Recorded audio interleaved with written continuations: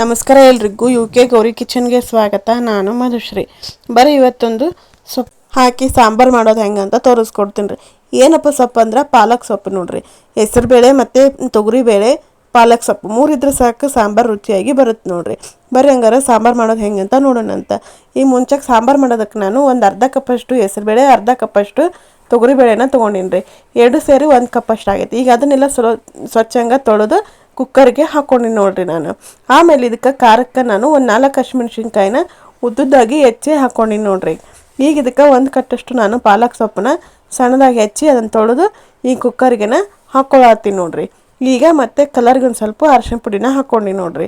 ಆಮೇಲೆ ಸ್ವಲ್ಪ ಜೀರಿಗೆ ಹಾಕ್ಕೊರಿ. ಜೀರಿಗೆ ಪರಿಮಳ ತುಂಬ ರುಚಿಯಾಗಿರುತ್ತೆ ರೀ. ಆಮೇಲೆ ಇದು ಮುಳುಗುವಷ್ಟು ನಾನು ಬೇಯುವಷ್ಟು ನಾನು ನೀರನ್ನ ಹಾಕ್ಕೊಂಡಿನಿ ನೋಡ್ರಿ. ನೀರು ಹಾಕ್ಕೊಂಡು ಲಿಡ್ ಕ್ಲೋಸ್ ಮಾಡಿ ಇದನ್ನು ಒಂದು 3 ವಿಸಿಲು ಕೂಗಿಸ್ಕೋಬೇಕು ನೋಡ್ರಿ.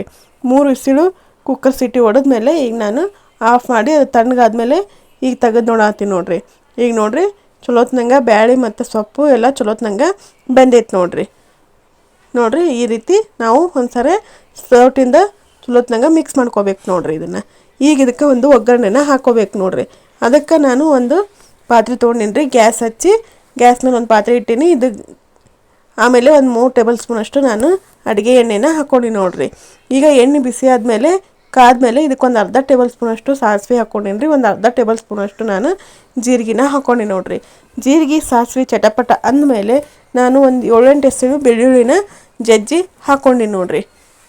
ಈ ಬೆಳ್ಳುಳ್ಳಿ ಏನೈತಿ ಸ್ವಲ್ಪ ಚಲೋತ್ನಂಗೆ ಫ್ರೈ ಆಗ್ಬೇಕ್ರಿ. ಎಣ್ಣೆ ಒಳಗೆ ಸ್ವಲ್ಪ ಗೋಲ್ಡನ್ ಕಲರ್ ಬರೋವರೆಗೂ ನಾವು ಅದನ್ನು ಚಲೋತ್ನಂಗೆ ಫ್ರೈ ಮಾಡ್ಕೋಬೇಕ್ರಿ.